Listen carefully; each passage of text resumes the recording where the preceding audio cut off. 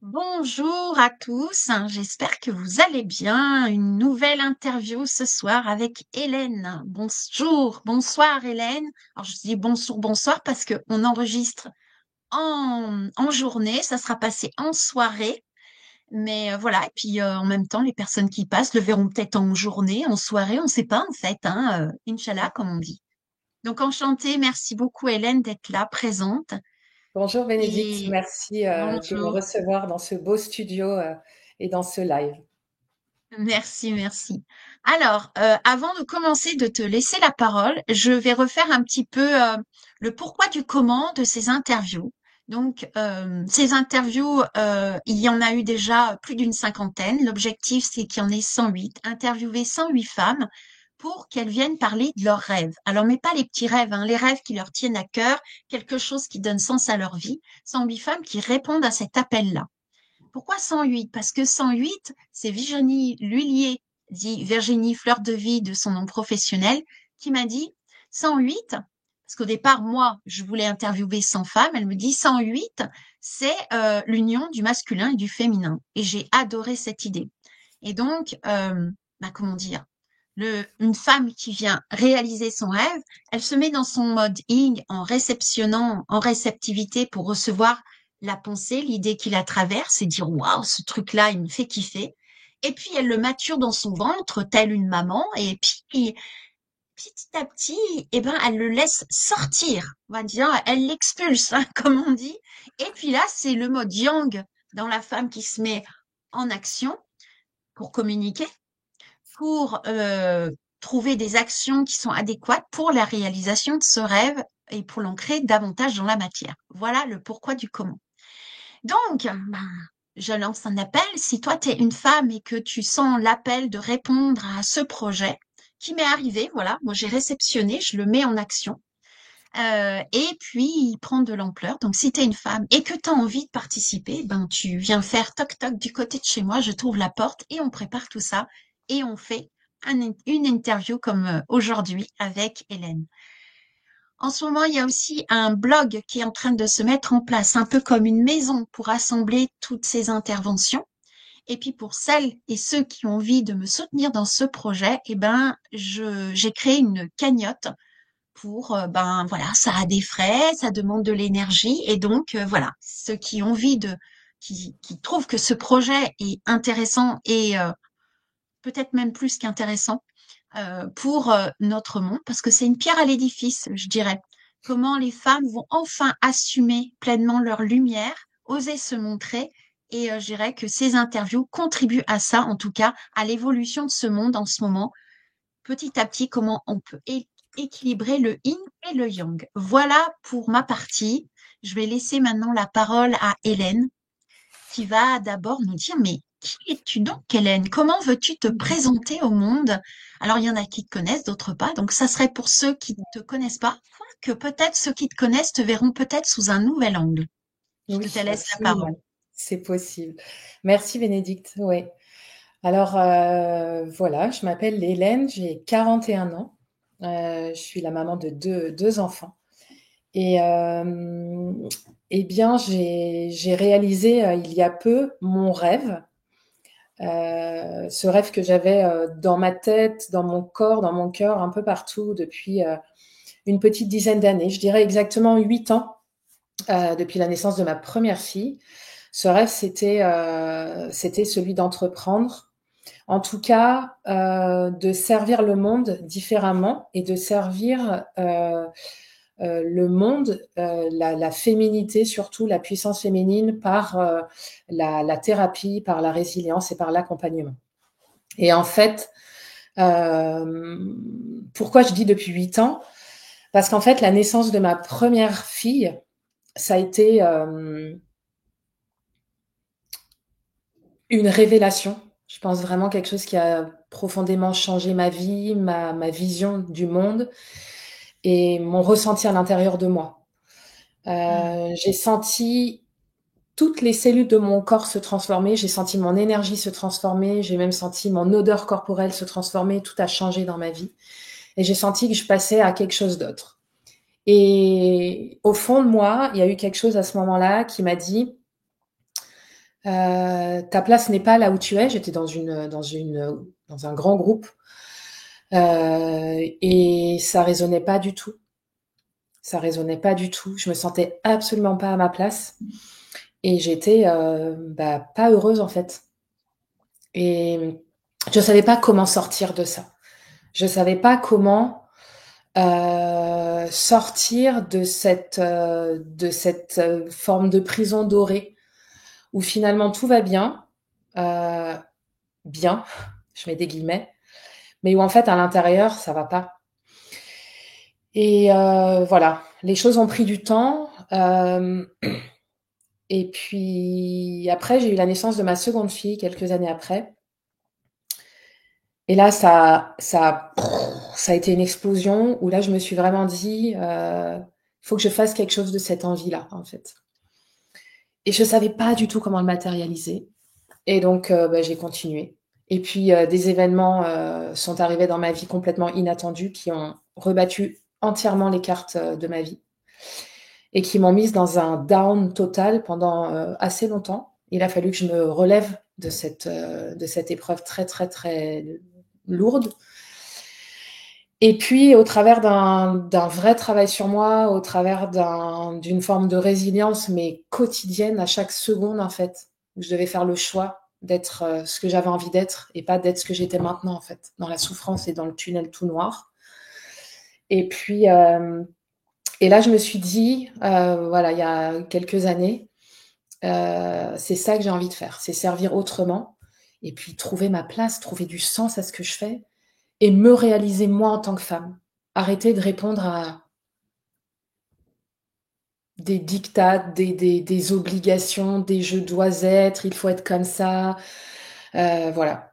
Et puis, j'ai commencé mon chemin et je me suis fait accompagner. Et au travers de ça, pendant plusieurs années, j'ai travaillé pour en arriver à cet entrepreneuriat récent que j'ai créé.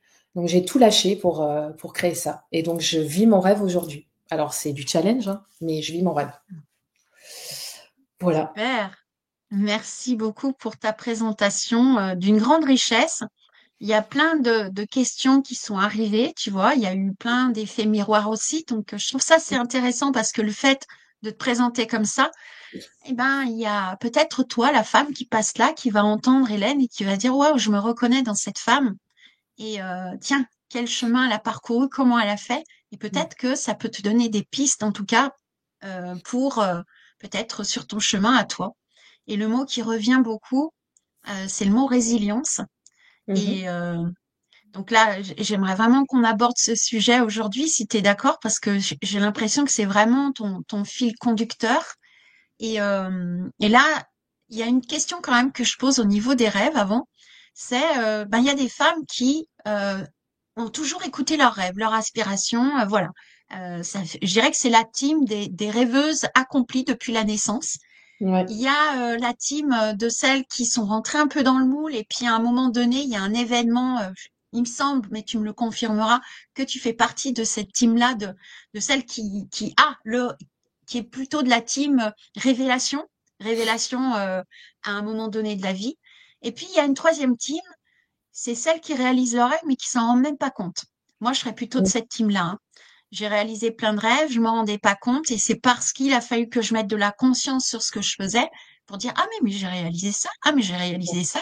Mais c'est comme si on n'y mettait pas de la conscience, hein. On va dire celles qui prennent conscience. Voilà, il y a un peu la team, voilà, un peu les trois teams, c'est ce qui ressort un peu. Ouais. Alors est-ce que toi tu fais de la partie de la team 2 ou de celle de la révélation ou comment tu te sens un petit Ouais. peu par rapport à ça? Alors, j'adore ta question. J'adore ta question.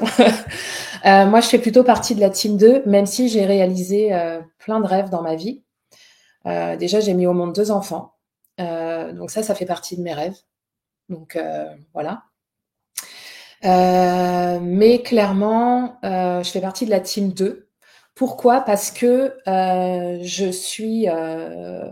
j'ai toujours été dans la notion d'engagement, de devoir, la notion de contrôle, l'image de soi. Et j'ai toujours voulu répondre à cet appel de perfection. Mais c'est un appel que j'avais en moi-même. C'est-à-dire que je dis pas que c'est la société, hein, qui m'a poussée à faire ci, à faire ça. C'est juste que je me suis mise ces barrières-là, ces limites-là, et je me suis mise dans ce rôle-là de celle qui doit bah, être forte, porter le truc, et puis surtout être parfaite au prix d'être malheureuse, en fait, tu vois. Ouais, Et j'étais dans ce truc-là. Et je comprenais pas pourquoi ça allait pas, pourquoi je me sentais pas bien, pourquoi j'étais mal à l'intérieur de moi, pourquoi je trouvais pas d'alignement, je trouvais pas de sens, en fait. Et, j'ai compris, en fait, j'ai changé quand j'ai pris conscience, et c'est au travers d'un accompagnement, hein. Clairement, oui, j'ai pas connecté ça toute seule parce qu'il a fallu un gros, gros travail de, sur soi, sur je vais chercher le passé, je vais comprendre le passé, et grâce à ça, je comprends aussi pourquoi j'en suis arrivée là, et ensuite je peux connecter au futur. Mais c'est vraiment tu vois, c'est vraiment tout un process en fait. Et puis j'ai compris un jour que bah, qu'il fallait que j'arrête d'être une guerrière en fait. mmh, Tu vois. J'ai compris qu'il fallait que je lâche cette guerrière, qu'il fallait que je baisse les armes parce que j'étais en train de m'épuiser, ouais, et qu'en fait je me battais contre moi-même. Tu vois, il y avait une forme de violence contre moi-même en fait, de pas m'aimer. ouais, Je m'aimais pas, mmh, de pas m'aimer, de pas me considérer, de pas croire en moi, d'être sans arrêt dans l'autocritique, voilà. Et je me suis dit: «Hélène, à un moment, arrête maintenant d'être une femme forte. Baisse les armes, lâche la guerrière». Et ça m'a, bah, mis en inconfort, hein, en insécurité, en inconfort clairement. Mais c'est à cet endroit précis que j'ai pu vraiment connecter ma puissance féminine et mon intuition, parce que j'étais tout le temps dans l'énergie yang en fait, ouais, dans cette énergie, tu vois, du masculin, de l'action, de je dois, de il faut, voilà. Et pas du tout dans mon énergie yin que j'avais jamais connectée en fait. Voilà. ouais. Donc ça a été une révélation, tu vois. Super. Écoute, franchement, je pense que ça va parler à un certain nombre de femmes parce que je pense que il y a beaucoup de femmes qui se retrouvent un petit peu à répondre peut-être inconsciemment à des injonctions ou en tout cas peut-être à suivre des modèles qui ont été là. En tout Ouais, cas, bon, il fait que il y a les circonstances de la vie qui ont fait que tu avais ces exigences vis-à-vis de toi. Et ce que j'entends là, c'est que finalement, pour arriver à une certaine résilience, il y a la notion de prise de responsabilité. Je ouais, suis responsable de comment je me vois, en tout cas, parce que ouais, sans cette prise de responsabilité, tu me diras ce que tu en penses, mais à mon sens, en t'entendant, c'est ce qui vient. Il n'y a pas enfin, en tout cas, ça ouvre la porte à la résilience parce qu'il y a une acceptation et en même temps qui est alliée à la vulnérabilité. Et l'alliance de ces trois façons d'être, en fait, amène vraiment à une évolution, en tout cas. Qu'est-ce que tu en ouais. penses? Alors, je suis complètement d'accord avec toi. En fait, là, pour moi, la notion de résilience, c'est lié à l'opportunité de croissance. En fait, j'ai compris au travers justement de cet événement complètement inattendu qui est arrivé dans ma vie il y a 5 ans, qui a rebattu toutes les cartes de ma vie. Je me suis dit, en fait, là, j'ai compris à quel point chaque difficulté qu'on rencontre dans la vie, chaque challenge, chaque épreuve est une opportunité de croissance. Parce qu'en fait, euh, on ne, enfin, ce que j'ai compris à ce moment-là, c'est que c'est souvent sous cette forme de pression et sous ce challenge-là qu'on arrive à se révéler et qu'on arrive à révéler notre cœur et qu'on arrive à se révéler nous, en fait. Parce que tant qu'on est Mm. dans le confort, et c'est un peu l'être humain qui est comme ça aussi, hein, tant qu'on est dans le confort, on est, on n'est pas forcément au service de notre soi véritable. C'est-à-dire qu'on n'est pas challengé à l'intérieur suffisamment pour avoir envie d'accéder à ce changement et pour avoir envie d'être dans la résilience, en fait. Et Ouais. donc, oui, la résilience, c'est l'acceptation. Et la résilience, c'est, pour moi, c'est vraiment une opportunité de croissance. Et justement, tu vois, Bénédicte, tu disais tout à l'heure, et c'est génial, j'adorais ce que tu disais, euh, bah, la résilience, enfin, tu me demandais en fait ce que c'était cette résilience pour moi. Bah, pour moi, cette résilience, c'est aussi que tout ce qu'on, tout ce qu'on, tout ce qu'on ne suit pas, en fait, tout ce qu'on ne vit pas, tout ce qu'on s'autorise pas à vivre, nous détruit à petit feu. Et Ouais. ça me fait penser à une citation que j'adore, qui est de Nicolas Pouprin, qui dit qu'en fait, toute structure qui ne suit pas sa raison d'être s'autodétruit. C'est-à-dire qu'en fait, quand tu suis pas qui tu es, quand tu suis pas ton cœur, quand tu te connectes pas à tes désirs profonds, quand tu réalises pas tes rêves, quand tu es toujours dans le je dois, il faut et dans cette espèce de carré, et ben, petit à petit, tu t'éteins et donc tu t'autodétruis. Et donc, la vie t'amène des situations pour que tu sois obligé de sortir de ça, pour que tu sois obligé, en fait, de connecter ta puissance, qu'elle soit féminine ou masculine, peu importe, mais là, on parle surtout de la puissance féminine, nous, en tant que femmes, mais c'est aussi valable pour les hommes, bien sûr. Mais Ouais. voilà, tant que tu connectes pas à ça, et ben, la vie t'emmène des trucs. Et elle Hmm. t'emmène des choses pour que tu sortes de ça et pour que tu te connectes à toi. Tu vois? Pour moi, c'est ça la résilience aussi. Ok. Ah, j'adore, franchement, c'est quelque chose que j'ai expérimenté dans ma vie. Je me suis aussi embarquée dans des voies, en fait, en y croyant vraiment très fort. Et puis finalement, la vie m'a amené, en tout cas, à aller plus vers ce qui me connecte au plus profond de moi. Et ça me fait penser à l'interview avec Nesra où on a parlé de la fitra. Et la fitra féminine, et pour les Ouais. femmes, c'est de connecter à cette nature véritable, notre essence féminine, et que finalement, si on écoute ce côté, comment dire, cette part en nous auquel on est connecté en tant que femme, eh ben, c'est beaucoup plus fluide. Et ça me renvoie à l'idée, tu vas me dire ce que tu en penses, d'entreprendre au féminin. Entreprendre au Mhm. féminin n'a absolument pas la même connotation et la même essence et la même saveur que d'entreprendre au masculin.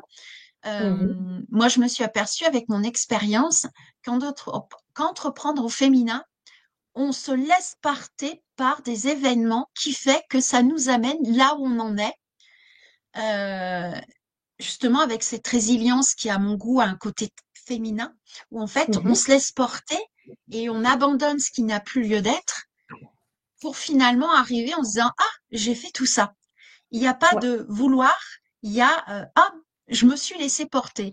Ouais. Pour moi, c'est ça, entreprendre au féminin. Et par rapport à tout ce que tu parles, tout ce que tu présentes là, je trouve qu'il y a une belle connotation, en tout cas, il y a un bel écho. Qu'est-ce que tu en penses? Ouais, je suis d'accord dans le sens où effectivement entreprendre au féminin, et c'est aussi comme ça que moi je l'ai vécu et comme ça que je le matérialise dans ma vie aujourd'hui. C'est vraiment, je pars de mon empirique et je le mets au service de mon entrepreneuriat. C'est-à-dire, je pars de euh, mes expériences de vie. Qu'est-ce que j'ai traversé? Comment je l'ai traversé? Pourquoi je l'ai traversé? Et où je vais avec tout ça? Ça me sert à quoi? Pour moi? Et ça sert à quoi pour le monde? Comment, avec ça, je peux me servir moi et comment je peux servir aussi le monde?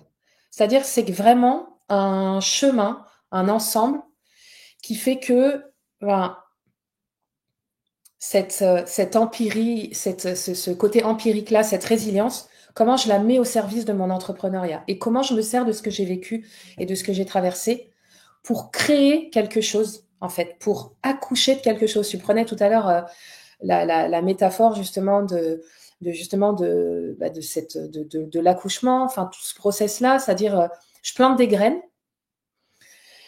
je mature ça, donc c'est la grossesse, c'est 9 mois de grossesse, je mature, et puis ensuite j'expulse le bébé. Je sors mon projet, j'accouche de mon projet. Et il y a vraiment cette notion-là, en fait, de, Ouais. de, et je le ressens vraiment d'ailleurs dans mon processus d'entrepreneuriat, c'est j'ai l'idée, je plante des graines, mais longtemps avant, ça peut être. Moi, j'ai commencé à planter des graines il y a 8 ans, à la naissance de ma première fille. J'ai eu le déclic. Bam, ça m'a fait tilt dans la tête. J'ai dit, c'est pas ça que j'ai envie de vivre, c'est pas cette vie-là, c'est autre chose. Mais je savais pas comment le connecter, j'avais aucun outil.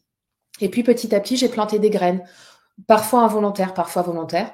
Après, il y a des événements qui m'ont obligée à planter d'autres graines. Et puis ensuite, j'ai maturé ça. Et puis, j'ai expulsé ça. C'est-à-dire, j'ai mis, comme on expulse un bébé à la naissance, j'ai fait naître mon projet, j'ai accouché de mon projet. Et donc, c'est vraiment ça pour moi. C'est vraiment cette métaphore qui est hyper parlante pour le féminin, tu vois. Pour le coup, Ouais, on le vit dans notre corps, en fait. Donc, c'est vraiment ouais, un process corporel. On le sent dans notre corps, en fait, tu vois. ouais. Mmh. Ouais, ouais, il y a un côté très corporel dans la femme, en fait, enfin, on a l'impression que la femme est éthérée alors qu'en fait, elle est dans son corps véritablement. Et je t'entends parler de graines et j'entends, je plante des graines et je me dis, ouais, il y a des plantes, des graines qu'on plante et puis la femme aussi, elle peut réceptionner des graines. Tu vois, j'ai aussi cette notion-là. Est-ce que ça te parle aussi de dire, tiens, voilà, il y a des graines avec des intentions. Pour moi, c'est des intentions. Et puis, il y a certaines graines, elles m'arrivent comme ça. Je sais pas d'où ça vient ni pourquoi, mais je sens que cette graine-là, je vais l'accueillir en fait et je vais lui donner nourriture et je vais lui donner de l'attention, de la douceur, enfin ce genre de choses. Et je me dis, ben ça, tu vois, en t'entendant parler, c'est d'un seul coup, c'est cette image qui me vient. Est-ce que toi aussi, cette image te parle? Ouais, carrément. Je pense que le féminin, l'énergie yin en tout cas, c'est vraiment être ouvert, ouverte à ce qui nous entoure, réceptionner et, et ensuite créer à partir de cette réception-là. Donc, encore une fois, ce que tu dis est vraiment, résonne vraiment en moi parce qu'il y a vraiment cette notion de j'accueille, je plante mes propres graines, mais ça peut être aussi les graines des autres parce que je suis ouverte à mon environnement. Donc, tiens, j'entends des choses, je lis des choses, je vis des choses, je vois, je ressens dans mon corps, je, voilà. Je rencontre des gens qui m'inspirent, des gens qui m'inspirent moins. Donc, ça m'aide aussi à choisir ma voie et à savoir ce que je veux prendre et ce que je veux pas prendre, ce que je veux garder dans ma vie. Et puis, je fais pousser ça, en fait. Je fais Hmm. pousser ça à l'intérieur de moi. Euh, et je le fais grandir, je le fais maturer, hein, comme on met de l'eau dans une plante régulièrement, voilà. Je nourris ça en fait au quotidien, et puis bah, je deviens ce que je fais grandir en fait, Ouais. tu vois. Donc c'est vraiment un Hmm. processus qui est pour moi effectivement très dans le corps, quand on arrive à être connecté à son corps et pas que à son mental, qui est très connecté et qui est vraiment au service de ce qu'on est aujourd'hui et ce qu'on veut être demain, en fait. Tu vois, donc c'est vraiment la Ouais. puissance de ça, quoi, de ces graines qu'on plante et qu'on fait grandir. Et Ouais. j'adore cette métaphore parce que c'est aussi ce que je ressens véritablement Hmm. dans mon corps, au travers de mes expériences, mais au travers de la vie en général, tu vois. Ouais, ouais, ouais. Ça me fait penser à la nature. Tu vois, la nature, on voit un arbre qui pousse. Et puis, et en fait, il va aussi, des fois, il va pencher parce qu'il y a le vent. Et puis, il y a l'arbre d'à côté aussi. Donc, les branches vont tourner dans un sens ou d'un autre en fonction de l'environnement. J'ai cette sensation, en tout cas, ce qui me vient là, c'est que la femme, eh ben, c'est en même temps une alliance entre l'intérieur et l'extérieur, une alchimie entre les deux, une symbiose plutôt entre les deux, qui fait que on se dirige et savoir prendre en compte son intérieur et son extérieur, faire l'alliance des deux. Finalement, c'est un peu c'est la voie, il me semble, qui est dans un respect aussi bien de soi que de l'autre. Et ça, ben, ça me parle beaucoup. Est-ce que toi aussi, enfin en tout cas, j'ai l'impression que ça résonne. Qu'est-ce que tu peux en dire par rapport à ça? Bah, absolument. Et puis, c'est la raison pour laquelle, justement, aujourd'hui, Heu, parce que aussi, moi, je l'ai vécu, mais je suis encore sur le chemin, hein. On est toutes et tous encore sur le chemin. il n'y a pas de fin, il n'y a pas de finalité. La finalité, c'est le chemin, c'est le quotidien, c'est toutes ces graines qu'on plante et qu'on arrose en fait. Et c'est pour ça, justement, pour répondre à ta question, Bénédicte, que aujourd'hui, j'ai à cœur de d'aider, d'accompagner toutes ces femmes qui qui ont justement cette difficulté de connexion, ces douloureuses remises en question, cette forme de confusion récurrente, euh, à justement débloquer ce que j'appelle schéma négatif. Est-ce qu'on peut vraiment appeler négatif? Je sais pas. En tout cas, ces schémas-là limitants pour vraiment arriver à, tu vois, rééquilibrer tout ça, c'est-à-dire réaligner tout ça, le corps, l'esprit, le cœur, faire de tout ça une unité en fait. Et tout ça Ouais. grâce à la libération émotionnelle. Ça, c'est moi ce que je pratique évidemment avec différents outils. Mais grâce à cette libération émotionnelle dans laquelle on va pas seulement travailler dans la tête et dans le mental, mais on va justement travailler dans le corps, la libération dans le corps en fait, dans les cellules du corps. Voilà. Mmh. Ouais.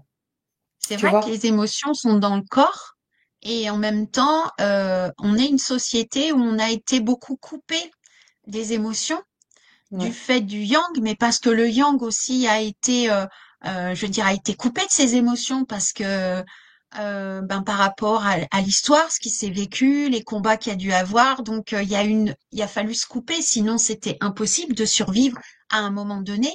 Mais je dirais qu'à l'heure actuelle, il est temps qu'on reconnecte à nos émotions. Et ça, c'est très important. Et le côté émotionnel est très féminin. Et souvent, bah, il y a eu des amalgames sur oh là là, elle est dans ses émotions, et il y a eu un côté négatif qui ont été mis sur les émotions. Bien souvent, hein, on met émotion égale négatif. Hein. On parle très peu des émotions positives. Hein. Quand on parle de l'émotionnel, souvent c'est quelque chose qui est plutôt connoté de pas bien, de pas agréable à vivre, alors qu'en fait, il y en existe des belles aussi, des émotions. Et ça serait intéressant de pouvoir connecter à ces belles émotions. Ben toi, c'est ton job. Justement, par rapport à ces émotions, qu'est-ce que tu peux nous en dire? Bah, je dirais que on a longtemps pensé, c'est moins en moins le cas aujourd'hui. On a longtemps pensé, comme tu disais, que les émotions sont dans la tête, que c'est une vue de l'esprit. En fait, les émotions, elles sont dans le corps. Et tant qu'on ne sort pas, quand on fait un travail sur soi de libération émotionnelle, tant qu'on ne sort pas ces émotions de son corps, elles sont là, elles restent là. Et donc, elles nous polluent au quotidien de façon forte ou insidieuse. Et donc, pour moi, il y a un vrai besoin aujourd'hui de faire comprendre euh, aux gens, aux hommes comme aux femmes,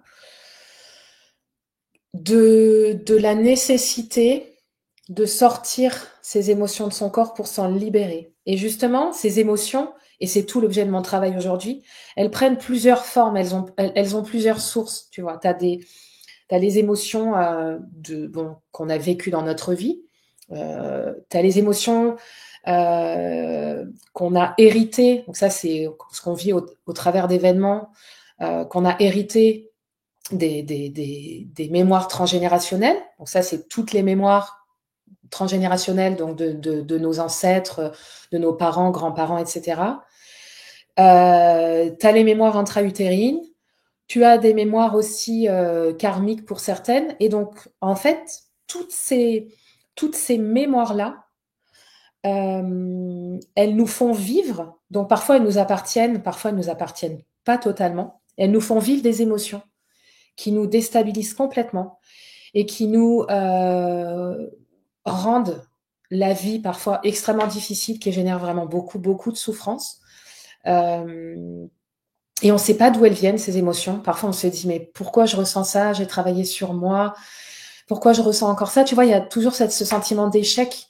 Mais pourquoi je ressens encore ça alors que j'ai bossé sur moi pendant des années? En fait, on a bossé sur soi, mais peut-être qu'on n'a pas enlevé ces émotions, on n'a pas sorti ces émotions-là de notre corps. On n'était que dans le mental, donc on était là. Donc l'ego, le facteur critique, hein, qui sont là aussi pour nous protéger, mais qui nous empêchent en fait d'accéder à cette libération, à cette puissance, à cette puissance de reconnexion. Et puis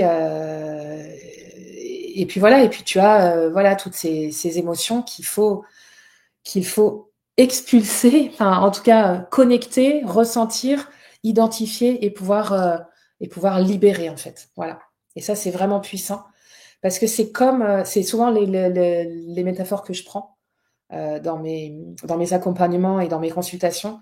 C'est comme un oignon et l'oignon il a plusieurs couches.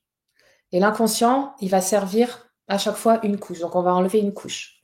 Et puis ensuite l'inconscient va se dire tiens parce que je travaille uniquement avec l'inconscient, hein, parce que tant qu'on a le mental et l'ego, le facteur critique, on peut pas bosser en fait.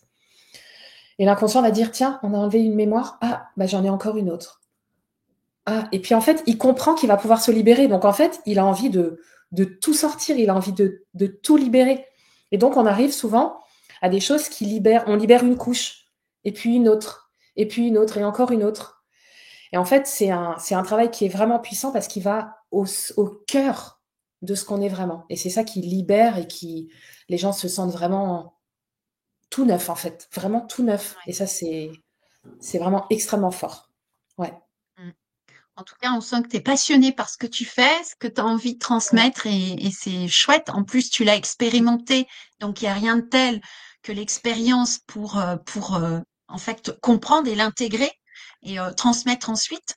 En tout cas, c'est ma vision, hein. C'est vrai qu'on a beau apprendre la théorie, c'est bien beau, mais l'idée, c'est que l'expérience, il y a rien de tel parce qu'on sait de quoi on parle.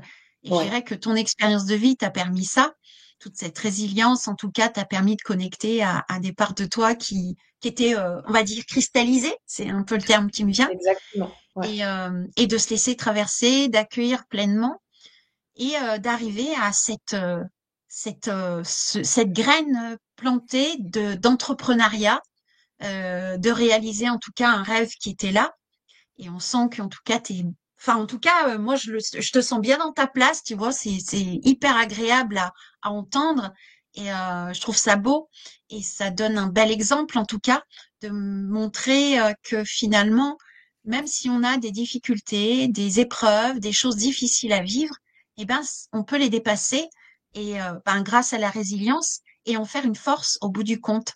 Et c'est un peu le message que j'ai envie de faire passer et c'est un peu ce que j'entends dans ton discours, c'est que finalement, ne pas lutter contre ce qu'on va connoter de négatif ou de difficile, mais au contraire de l'accueillir pour pouvoir rebondir avec plus de facilité et que ça devienne des vrais apprentissages en fait.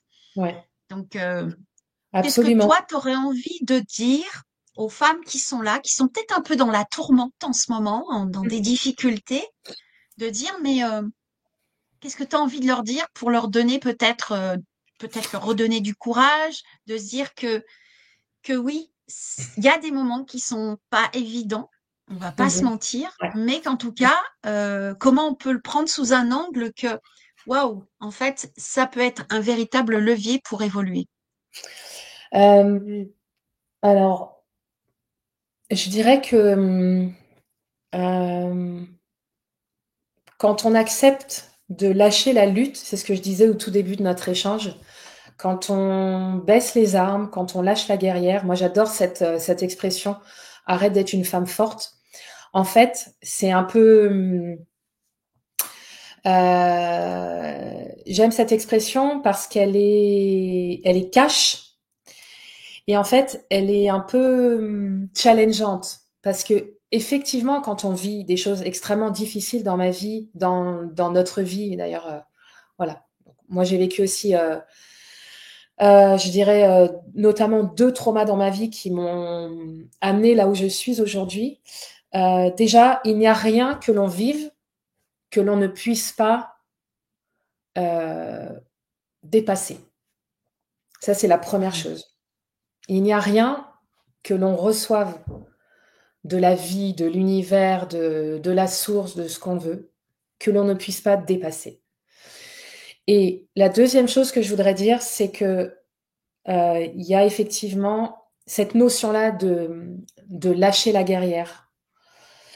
Euh, Elle est très puissante et moi, je l'ai compris il y a quelques années. Parce que je me suis épuisée dans mon mental, je me suis épuisée dans mon yang, je me suis épuisée dans l'action, je me suis épuisée dans la perfection. Et je me suis juste épuisée en fait.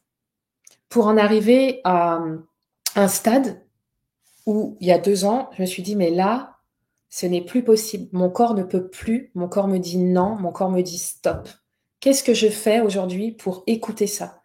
Quelle force je trouve en moi pour écouter ça?» Et en fait, j'ai compris que c'était pas de la force. Tu vois, j'étais encore dans ce mental-là de la force, de la Ouais. guerrière. C'était pas de la force. C'était juste, je respire dans mon corps, je respire à l'intérieur de moi et j'accepte. Je suis dans l'acceptation et pas dans le combat. Et c'est Ouais. ça que j'ai envie de dire à toutes ces femmes qui traversent des difficultés, des traumas, c'est que déjà, le ciel, il est toujours bleu au-dessus des nuages. Moi, je vais régulièrement en Suisse et parfois dans la ville de Zurich, on a du brouillard, comme un peu partout on peut avoir.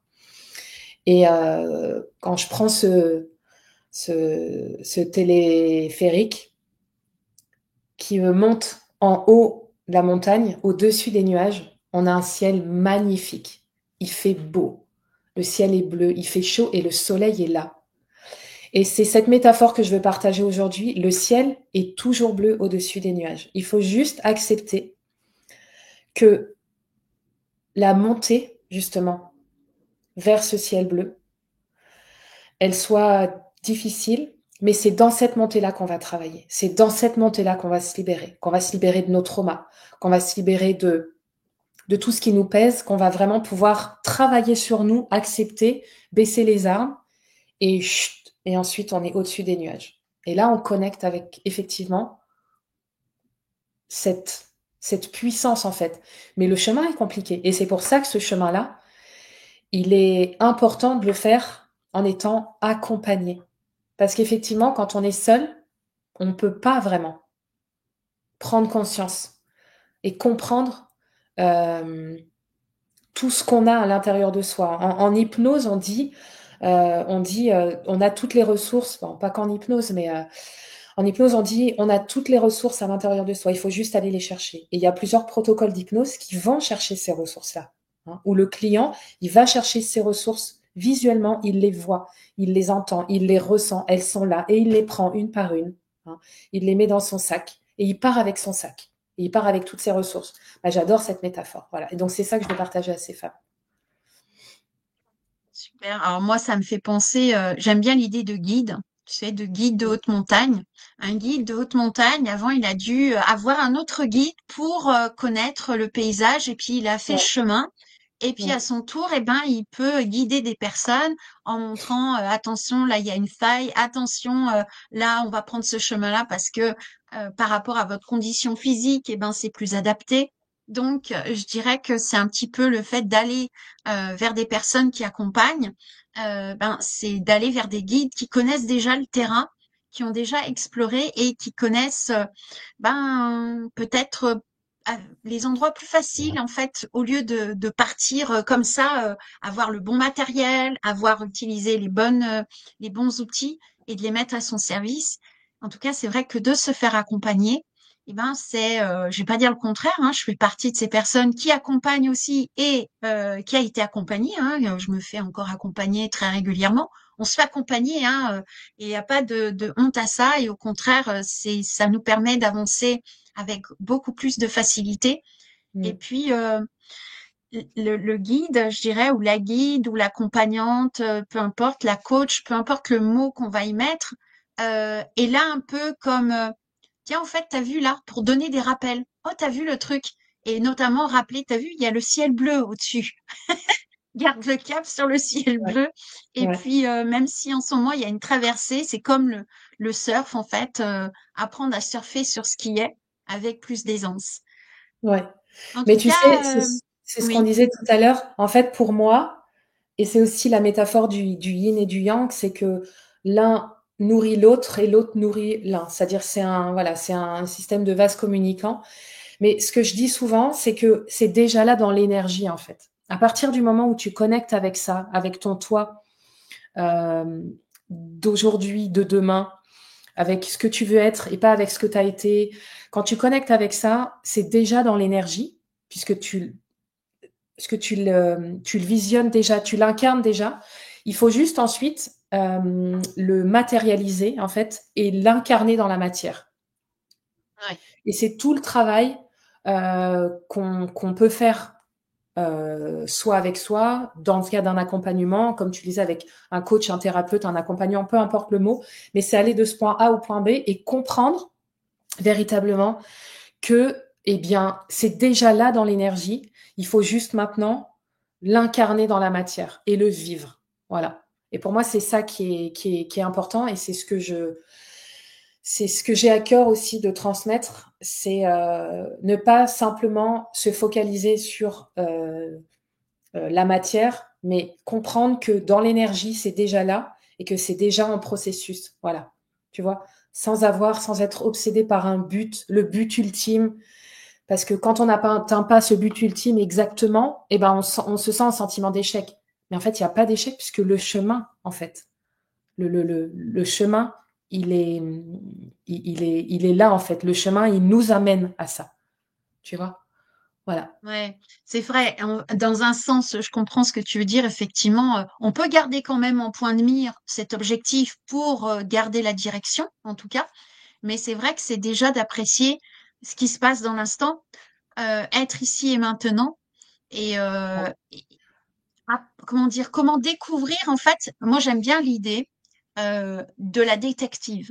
La détective qui est en train de prendre une situation et qui va la regarder sous tous les angles et de voir comment ça se passe. Ah oui, tiens, ah, je l'avais pas vu. Et c'est comment en fait quitter d'être au lieu d'être dans la boule, c'est observer la boule et de se dire tiens, il y a tout ça qui est possible. Ah ok, Ouais, je l'avais pas vu sous cet ouais. angle-là.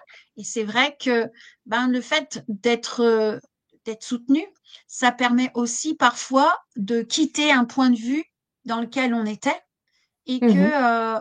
on se perd dans ce point de vue en fait et de prendre du recul et de se dire ah oui mais il y a une autre façon de voir les choses et là d'un seul coup on voit la situation et d'un seul coup au lieu que ça devienne une difficulté on se dit c'est une révélation, c'est C'est tu vois un ça. petit peu comme tu disais avec Ouais. les expériences de vie que tu as vécues finalement sur le moment c'était peut-être plongé dedans oh mon Dieu c'est difficile mais à l'heure actuelle c'est de dire waouh merci parce que si ces expériences n'avaient pas eu lieu, il y en aurait peut-être eu d'autres, mais en tout cas, celles-ci m'ont permis de passer des caps et d'arriver là Ouais. où tu en es maintenant finalement. Ouais. Et c'est exactement ce que tu dis, c'est comprendre, se mettre un peu en mode méta, c'est-à-dire regarder un peu, avec un peu plus de hauteur euh, ce qui nous arrive et comprendre que effectivement tout ça nous permet aussi, et c'est la résilience, hein, clairement, hein, nous permet vraiment de grandir, de se comprendre, de s'aimer aussi. Moi, ça a été vraiment, tu vois, un chemin vers l'acceptation de moi, vers la compréhension que j'étais en train de muser, de me juger en permanence. Voilà, il y a une reconnexion à soi, il y a une connexion à cette puissance-là. Et en fait, c'est très réconfortant. C'est Ouais, très bon, c'est très réconfortant et c'est très doux parce qu'on connecte à plein de choses qu'on n'avait jamais connectées en fait. Voilà. ouais. Merci beaucoup en tout cas pour cet échange d'une grande richesse. Merci pour tes partages, merci pour d'avoir partagé ton expérience parce que partager son expérience aussi, ça permet à d'autres de dire ah oui, ça existe et de se sentir aussi moins seul dans nos expériences de vie qui sont pas toujours Ouais. confortables, mais qui de se dire ah finalement je peux le voir sous cet angle-là. Et oui, ça peut en fait avoir une utilité pour me recentrer sur moi. Mm. Je te remercie beaucoup. Je Et t'en puis, prie. est-ce que tu Merci. voudrais dire un petit mot de la fin?